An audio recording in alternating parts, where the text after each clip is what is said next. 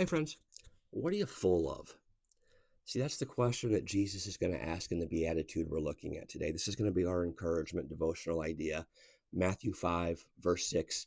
You should read Matthew 5 through 7, right? Those three chapters over and over and over again because it's the revolution that Jesus is talking about, a new way to approach life. But in Matthew 5, 6, he's going to talk about this idea of what we're filled with. Now, I'm sure some people have told you that you're full of it, and that's they used a not so nice word there, and they're probably just joking. I get that. I may have been accused of that a time or two, but this is a big idea that Jesus has. He compares our pursuits, the things that we consume, to being full, like we get full of food. Here's what he says, Matthew 5, 6. Blessed are those who hunger and thirst for righteousness, for they will be filled. He says, whatever you hunger and thirst for, it's got an impact on what's happening inside of you. And if you're somebody, you're like me, that you're maybe a bit materialistic, and so you want something and you go out and buy it, and you're like, oh, this is amazing. This is the best thing ever. And then a few days later, you're like, you never even think about the thing again, right? That's what he's talking about. You went and you got something and it filled you up. And then, like food, it got processed through your body and now you're hungry again. But there's all kinds of ways that we do this. We do this with relationships. We do this with love, with stuff, right? Like me, with money, with power, um, anything that we pursue that is not what Jesus would tell us that we should pursue.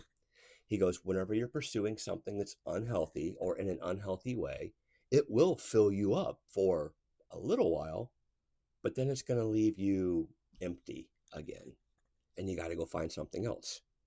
And so he talks about this thing that he says, this will be a lasting filling, if that makes sense. He says, blessed are those who hunger and thirst for righteousness.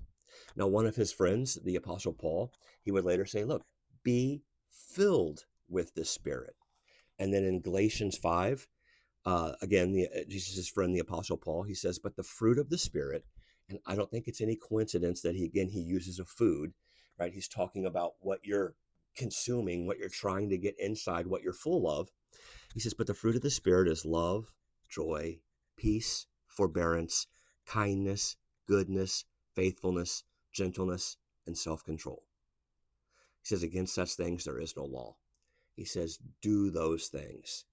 Just keep doing them. Allow yourself to be filled with these things. And what Jesus teaches us is that's going to be a lasting filling, right? That's not going to leave you feeling regret at the end of the night, or it's not going to leave you feeling regret when you get your credit card statement, or you look in your wallet and all your money's gone, or you look around and all your friends have disappeared, right? And so Jesus says what we're full of, it makes a big difference. And he even practiced this. We're going to, in John 4, we looked at this video a long time ago. Whenever he was meeting the woman at the well, they have that conversation. She takes off. His disciples come back and they tell him, Rabbi, eat something. And he says to them, look, I have food that you know nothing about. This is John 4:31-34. Then the disciple said, could someone have brought him food? And Jesus, knowing what they're thinking, he says, my food, it's to do the will of him who sent me and to finish his work, right? Again, that idea of righteousness. And so try it. You've probably experienced this before, but far too frequently, we like to settle for the cheap fix. Jesus says, look, if you do that, you're going to get that high. You're going to get that feeling. You're going to feel full for a minute, but it's not going to last like pursuing righteousness. Those who hunger and thirst for righteousness, they will be filled. What are you full of? Have a beautiful day.